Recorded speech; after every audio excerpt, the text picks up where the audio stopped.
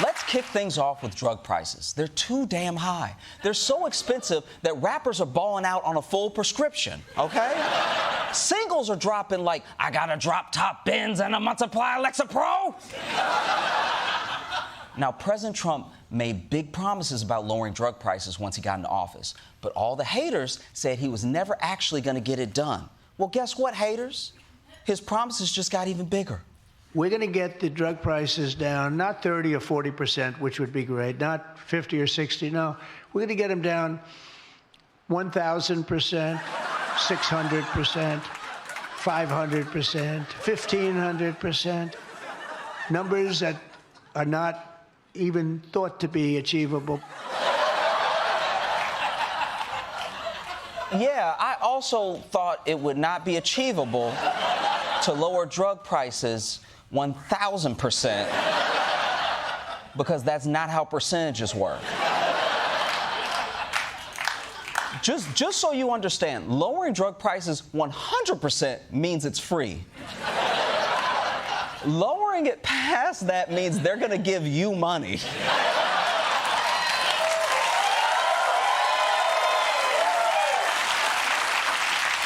Like, next year's Forbes billionaires list is just going to be a bunch of dudes with leukemia, okay? On the bright side, we're actually going to be bankrupting insurance companies instead of the other way around, you know? If Trump had enacted this sooner, that CEO would have shot Luigi. But look,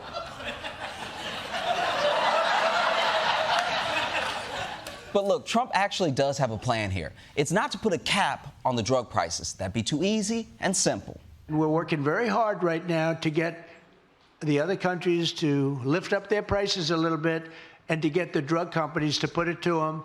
And if they don't, the drug companies will have a lot of problems, and they are mostly agreed to it. And if the countries don't, then as an example, if it's Europe, I'll say that's okay. You're no longer allowed to sell cars in America. You're no longer allowed to have Mercedes, BMW, Volkswagen, or any of the other many cars. And they will say, oh, I love the idea of lower drug prices for America.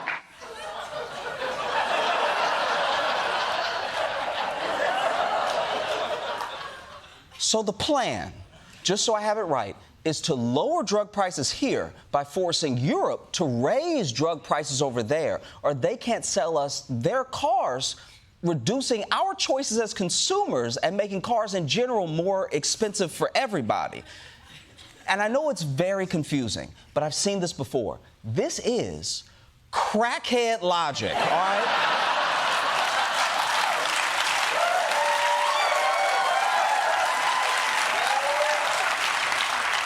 A crackhead can never go from A to B, all right? When I was a kid, I'd see a dude who needed $15, but instead of asking for money, he would try to sell you a tire, which of course he didn't have, but he did have a bike chain, and if you would buy that bike chain from him for $12, he would put that towards the tire, and then one day, eventually, buy crack. And my point is, that's a better drug plan than what Donald Trump is doing.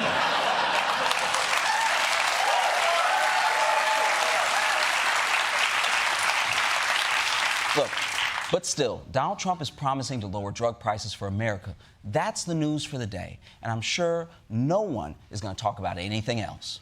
Brand new bombshell reporting from the Wall Street Journal. The Wall Street Journal reporting that U.S. Attorney General Pam Bondi told President Trump back in May that his name appears multiple times in the Epstein files. No. You're best friends with a pedophile for 10 years, one time, and the world never forgets it. But yeah, this whole time, Trump already knew he was in the Epstein files, which is a good reminder that if someone's acting guilty, they're probably guilty. No one's ever going to be like, don't look at my browser history. You'll see all the charities I volunteer for. But the good news for Trump is this is America. We don't read. As long as there's no video coming out, he should be A-OK. CNN exclusive. Newly uncovered photos and video offers a new look at President Trump's past ties to Jeffrey Epstein. Here you see the two, the opening of the Harley-Davidson Cafe. Months later, some new photos reveal Epstein walking into the Plaza Hotel to attend Donald Trump's wedding to Marla Maples. There's also what was found in this review of archival footage from a 1999 Victoria's Secret fashion show, which reveals, as you see, the two men chatting, laughing with one another on the sidelines of that event. It's getting to the point where it's harder and harder to find a photo of Donald Trump without Jeffrey Epstein in it. As Donald Trump, your only hope is to be like, hey, I take pictures with lots of people, all right? I'm in pictures with OJ, Diddy.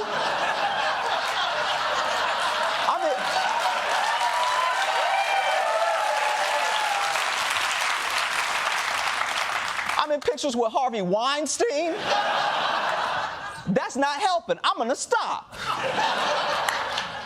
And they're not just in the video. Look at the chemistry they have. And this is genuinely unfortunate and unfair to Trump, but the way the camera highlighted the two of them makes it look like a giant heart on a kiss cam. What makes me feel terrible is I don't have a friend that I'm as close with as Trump was to Epstein, you know? They're making drawings for each other, laughing, showing up to weddings, going to shows together. The only way my friends hang out with me that much is if we're both holding Xbox controllers. The point is, CNN found all this new footage, and Trump didn't really appreciate it. You actually called President Trump directly to ask him about this story? Yeah, we weren't on the phone very long. It only lasted about 30 seconds. But when I got him on the phone, I asked him about the wedding photos. He kind of paused and then said, "You've got to be kidding me." He then called CNN and me fake news a few times, and then he hung up the phone. Wait, hold on. You can just call Donald Trump and he'll just pick up the phone himself?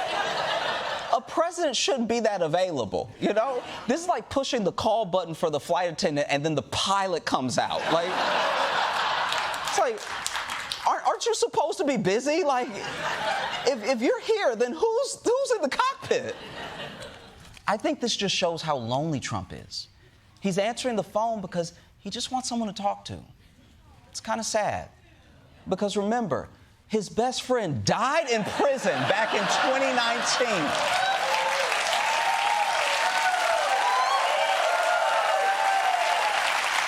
So, once again, Donald Trump can't shake the Jeffrey Epstein news. He's going to lower drug prices 2 billion%, and the media still won't let it go.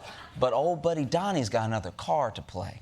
President Trump again tried to divert attention from the Epstein files, this time by accusing former President Barack Obama of treason. Obama cheated on the election, and we have it cold, hard, blue, and it's getting even more so. I'm sorry, you can't just say cold, hard, and blue. Like that's a normal phrase about an investigation. There's been 400 seasons of Law & Order, and no detective has ever said, we got you cold, hard, and blue.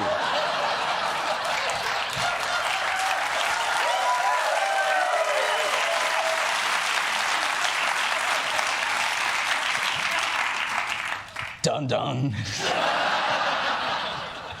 But yeah, Trump is now going after Obama again, and this time he's got Tulsi Gabbard saying she's got documents that prove Obama tampered with the 2016 election, which is treason. But if you see what Obama was doing over the weekend, he doesn't seem too stressed. In my opinion, and this is controversial in my family, you should not eat ketchup after the age of 8.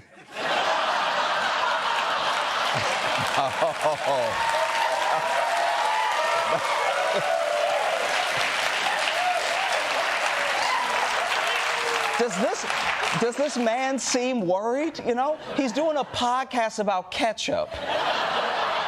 How is it that Barack Obama, the man Trump hates the most, is the most unbothered during 2 Trump presidencies? Like, I don't know what is pissing Trump off more, the fact that no one is letting go of the Epstein files, or that Obama refuses to be the adversary Trump wants him to be.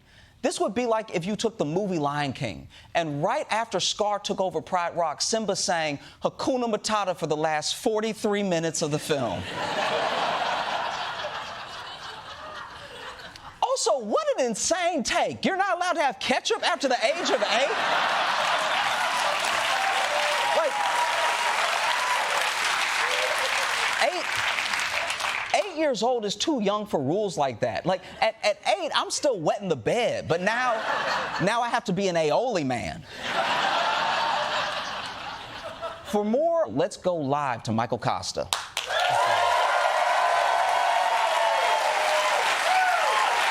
Kosta, you're at the White House. What's the latest on the Epstein scandal? Sorry, Josh. It's actually pronounced the Obama scandal. But you're right. Everyone is talking about it. What's that?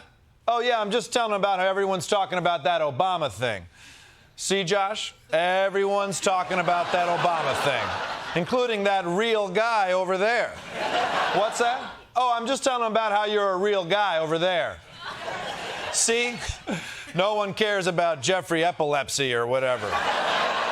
Michael, the Obama thing is not a scandal. Not a scandal. And you call yourself the male Shonda Rhimes. No, I don't. Look, ask anyone, Mr. Shonda, all right? The Epstein story is boring. It's just a sex scandal involving a billionaire league of pedophiles. What's interesting about that? The Obama scandal's the juicy one. It's a story about a possibly unnecessary reappraisal of intelligence gathering protocols concerning election interference. Woo! Man, I'm getting cold, hard, and blue just thinking about it. What's that? You're getting cold, hard, blue, too?